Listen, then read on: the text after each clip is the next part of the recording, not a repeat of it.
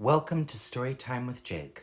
Today I will be reading Dr. Seuss's first ever book, And to Think That I Saw That on Mulberry Street. When I leave home to walk to school, Dad always says to me, "Marco, keep your eyelids up and see what you can see." But when I tell him where I've been and what I think I've seen, he looks at me and sternly says, "Your eyesight's much too keen. Stop telling such outlandish tales. Stop turning minnows into whales." Now, what can I say when I got home today? All the long way to school and all the way back, I've looked and I've kept careful track. But all that I've noticed, except my own feet, was a horse and a wagon on Mulberry Street.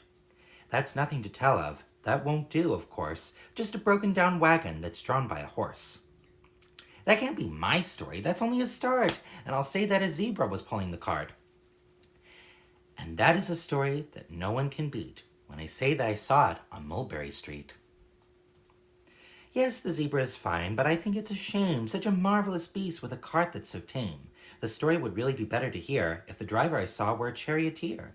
A golden blue chariot, something to meet, rumbling down like thunder down Mulberry Street. No, it won't do at all. A zebra's too small. A reindeer's better. He's fast and he's fleet, and he'd look mighty smart on old Mulberry Street. Hold on a minute, something's wrong. A reindeer hates the way it feels to pull a thing that runs on wheels. He'd be much happier instead if he could pull a fancy sled. A reindeer in a sleigh. Say anyone could think of that. Jack or Fred or Joe or Nat. Say even Jane could think of that. But isn't it too late to make one little change? A sleigh and an elephant. There's something strange. I'll pick one with plenty of power and size. A blue one with plenty of fun in his eyes. And then, just to give him a little more tone, have a Raja with rubies perched high on a throne. Say, that makes a story that no one can beat when I say I saw that on Mulberry Street. But now I don't know, it still doesn't seem right. An elephant pulling a thing that's so light would whip it around in the air like a kite, but he looks simply grand with a great big brass band. A band that's so good should have someone to hear it, but it's going so fast that it's hard to keep near it. I'll put on a trailer, I know they won't mind, if a man sits and listens while hitched on behind. But now is it fair? Is it fair what I've done? I'll bet those wagons weigh more than a ton. That's really too heavy a load for one beast. I'll give him some helpers, he needs two at least.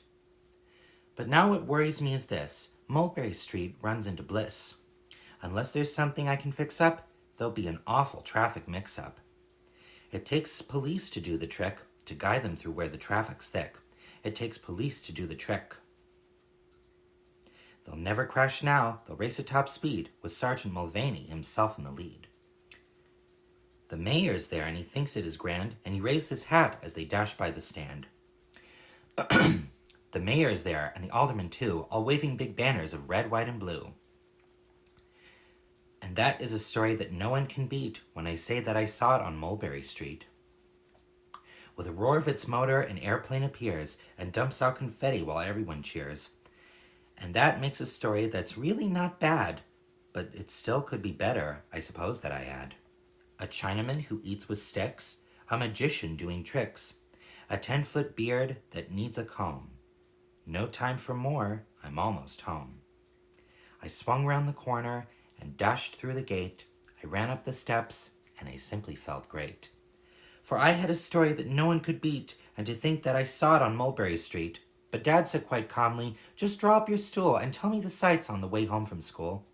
There was so much to tell, I just couldn't begin. Dad looked at me sharply and pulled at his chin. He frowned at me sternly from there in his seat. Was there nothing to look at, no people to greet? Did nothing excite you or make your heart beat? Nothing, I said, growing red as a beet, but a plain horse and wagon on Mulberry Street.